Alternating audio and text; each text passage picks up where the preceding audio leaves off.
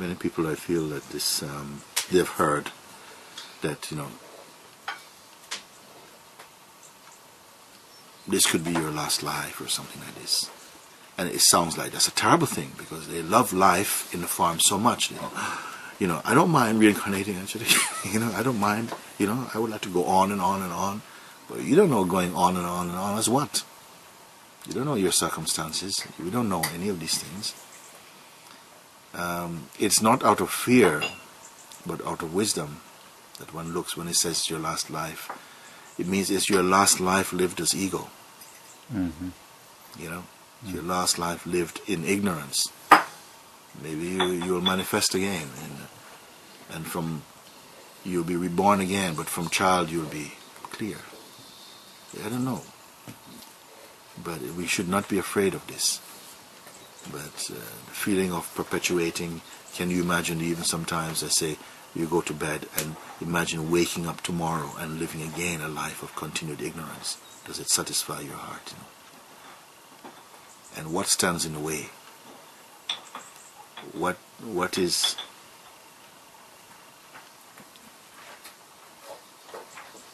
Because what is here now. And what is not only appears to be. So, I think these things can only... It's not that we have to learn. We don't have to learn so much, actually. A little bit of learning is needed. It's not that we have to learn so much. I think we only have to be inspired again. We only have to be shown again the futility of egoic thinking. We only have to feel and be in the presence of embodied truth, or truth made tangible again, not just truth as words, truth as concepts, truth as ideas. You need to meet beings who have merged their life in truth and see, you know, something just fills you up. You know, yeah, this is what I was waiting for. It was the story that I told about the squirrel. You know, it is this story. And maybe I'll tell it here again because it's a good one. That in a certain park there's a group of squirrels lives in this nature reserve. And they are always living, dancing through the canopy of the forest all the time. But it so happened that one of them have become a little bit, you know, relaxed around human beings, and they would come and they would throw nuts, and he would pick the nuts up and move around with it and go off and bury it and come. And he had created this relation. This relationship is established. People would come with their children, and they would. This one squirrel would come and like this, coming down and taking even from the hand. He's taken now, which the others would not do. And one day a man came into this reserve, and he started to throw the nuts first, you know, a few feet away, then 1 foot away. Then the squirrel came up, took him from the hand, and he came to take from the hand. He grabbed it from behind the neck, like you'd hold a cat, and took his rucksack and he stuffed the squirrel in it. That made his way out. And he took this squirrel home, and he tied a string around the neck of the squirrel, and at the other hand, maybe about 5 foot away, he ties it onto a brick, and he leaves the squirrel in the back of his yard in the garden. And of course the squirrel is fiercely struggling to get rid of this, naturally trying to get rid of this string from around his neck, but he can't do it. He tries to pull the brick, but it's heavy, and he's just exhausted there. But each day this captor would come home, turn the key, the squirrel could hear in the front door, the panic, and then he would come and he would bring nuts and water and milk, and little by little the squirrel start to take and eat. And after days pass and weeks pass and months pass, it became relaxed with this new life of captivity, and then it would even look forward to hearing the door squeaking. My master's home, whatever it is, waiting for a little stroking and whatever like that. And it was almost comfortable in its life, except that there was a Doberman dog next door. And it was, whenever it sees the squirrel, it just went berserk. It was completely, it just wanted to eat him. So it was ramming into the fence, and the fence is also opening up. And when it does this, it's barking. The squirrel would be so panicked and full of charge of fear and panic, it would literally run down to the end of the garden, dragging the brick, and run up the tree. There was one tree at the end of the garden. It would run up into the tree, and it would be up in the tree, which is its natural abode. But it couldn't stay in this place because the weight of the brick was too much pulling. It couldn't stay. So after a short time, it had to come back down again. And like this, life went on, season to season, year after year, it went like this. Then one winter, it was very, very, very, our winters can be in cold places, very, very places like in England, all the trees lose their leaves, and it was very sad, low-keyed winter for it. No friends, nothing. Sometimes the master doesn't come home for 2 days or something like this, and it was very lonely. It went through the whole winter, but it got its food, it got the usual things. But then finally, actually, spring came. When spring came, the trees began to get green again. After a short time, a couple of months, the full leaves are back, and like this. And it was there in its little garden.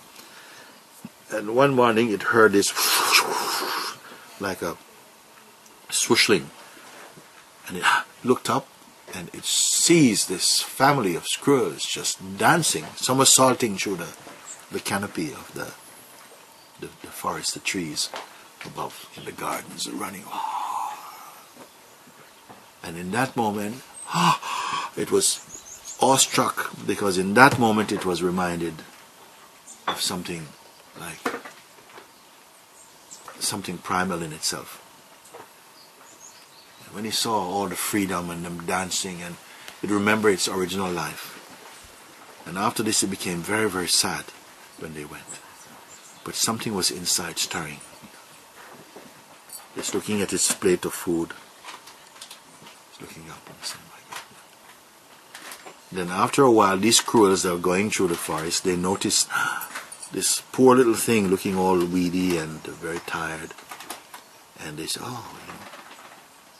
they had the sense to go and rescue it, because they see that he was trapped. So they came down all of them, and then it was very afraid. It was very afraid that they're going to kill.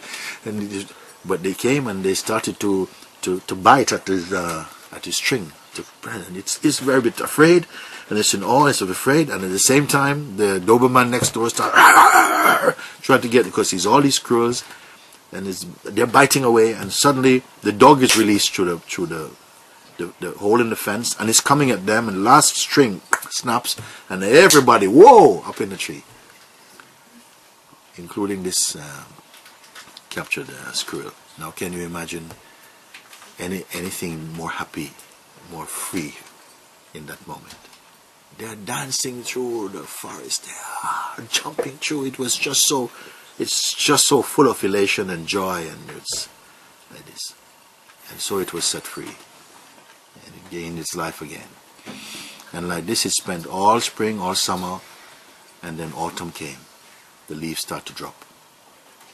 Winter came. There was no food. Then it was there, reminiscing on the branch, when it had a life in the back of the garden, when nuts were brought every day. We didn't have to go hunting. Had milk, and they start to reminisce how the master used to come and stroke it and so on. So the wise squirrel amongst the group kind of noticed what was going on, and went and nudged him and sort of communicated to him, I know what you're thinking. You're a very stupid child. No? Because of this very, very habit of yours, you got captured in the first place. And look how you suffered now. And now you're free again. Again, your mind is going back again to the vomit. And then it kind of shook up, and it prostrated to this beautiful message again, and it could be back again in its nature. So, of course, it's not stories not only about squirrels. it's about this same thing. We are in some way a little bit conquered by our own habits. And we are so somehow merged in our mind conditioning that we feel that these habits are ours, it's really belong to us, this is our life. We are pampered by some of these habits, but at the same time they're draining your life. They took you away from your original life. And everything would probably have been okay if life didn't bring you strife sometime, difficulty and pain. Because when it does that, you remember your whole self. You run to your abode. You go to the foot of God again. But you can't stay there because your vasanas, your tendencies are so strong. You have to again go back to the world again to continue in this place. And then this goes on for time after time. And then if you are lucky in your life, you might meet some immortal being or something. One who reminds you of your own immortality, your own timelessness, your own beauty. When you see these ones, you feel again, not with any teaching. You are just struck. And you have instant memory of who you are. They excite that part of you. They don't come to get you to study. They say you are studying in the wrong things. You used your mind in the wrong way. Now you don't know more learning. Now you must know. And then somehow we are excited into that primal knowing. But then times come again, hard. And then you start to reminisce about our attachments, how precious they seem. Oh, that office job, oh yes, it was very good, or whatever it is. And then you have to be reminded again in satsang, what are you doing, what are you doing? This is why you came into trouble in the first place. Look how you fell from your own grace. Your life is not anymore life of grace. It becomes life of disgrace. Why are you reminiscing and pampering yourself with negative, stupid thoughts? Wake up. And then if you have that inside you, you will say, thank you for reminding me. Good. Drop it.